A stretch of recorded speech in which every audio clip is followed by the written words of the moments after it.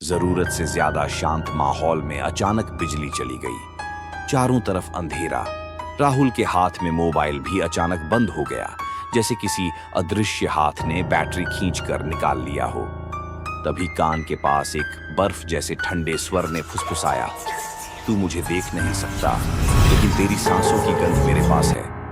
राहुल धीरे धीरे पीछे हटता है और पीठ दरवाजे से जा टकराती है। उसका गला सूखने लगता है। खिड़की के पर्दे अचानक हिलते हैं, जबकि बाहर हवा बिल्कुल नहीं है।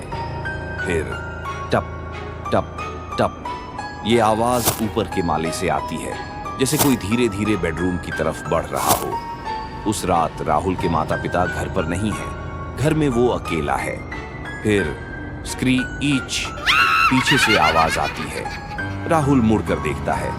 वही सफेद कपड़े में लिपटा चेहरा अब कमरे के भीतर है और खिड़की के कांच पर उंगलियों से निशान बना रहा है। उस छाया की परछाई, अब वो परछाई राहुल के पैरों के नीचे लिपट रही है।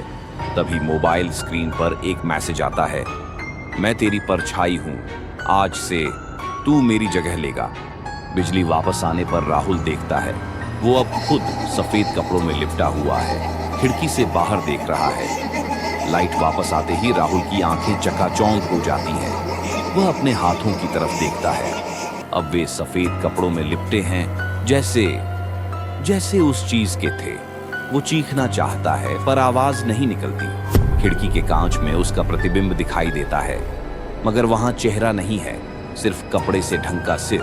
बाहर अंधेरे में एक और परछाई खड़ी है, जिसका चेहरा अब साफ दिख रहा है। वो राहुल का अपना चेहरा है। वो छाया मुस्कुराती है। एक और मैसेज आता है, शुक्रिया, अब मैं आजाद हूं और तू हमेशा के लिए यहां फंसा रहेगा। राहुल, या अब जो भी उसमें समाया हुआ है, खिड़की की ओर बढ़ता है। कांच पर लिखता है, मुझे यहां से निकालो।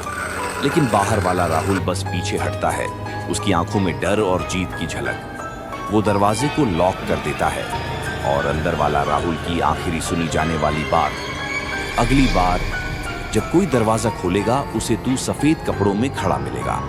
कहते हैं रात के समय जब वो घर शांत हो जाता है, लोग अक्सर खिड़की में सफेद कपड़ों में लिपटी एक मुखीन शख्सियत को देख लेते हैं। और अगर डोर बेल बजे तो दरवाजा खोलने से पहले 2 बार सोचो।